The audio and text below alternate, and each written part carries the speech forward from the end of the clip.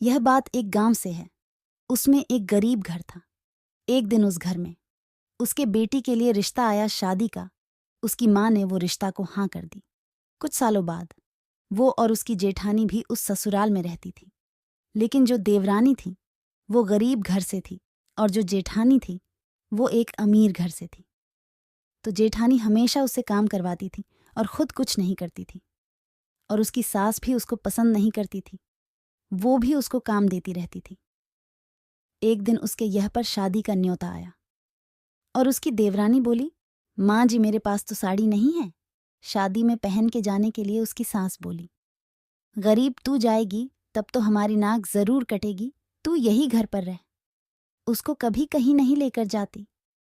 एक दिन उसकी जेठानी को पेट में बहुत दर्द हो रहा था क्योंकि उसको एक बच्चा था। तभी घर पर कोई नहीं था, लेकिन देवरानी ने डॉक्टर को फोन लगा दिया, जिससे वो बच गई और उसका एक छोटा सा लड़का हो गया। और उसके बाद घर में सब लोग उससे अच्छे से बात करने लगे। यह बात एक गांव से है। उसमें एक औरत रहा करती थी, लेकिन किसी बीमारी के कारण उसका पैर बहुत बड़ा था।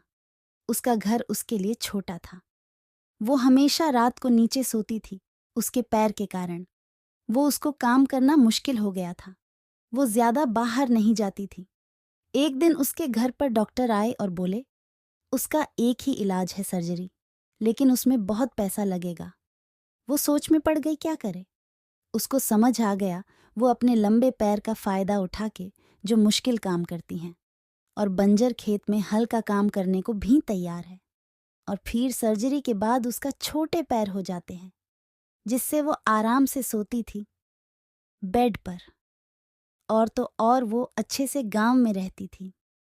उसके बाद उसने एक दुकान खोल लेती है उसी गांव में और थोड़े थोड़े पैसे जमा करके एक घर भी खरीद लेती हैं। यह बात एक गांव की होती है, एक बड़े से घर से। उसमें दो बेटे रहा करते थे। उसमें से राजू की एक पत्नी थी। उसका भाई ग्रेजुएशन कर रहा था। राजू की पत्नी अपने घर संभालती अच्छा थी। वो सब काम करवा देती थी। वो पूरे घर को अच्छे से रखती थी।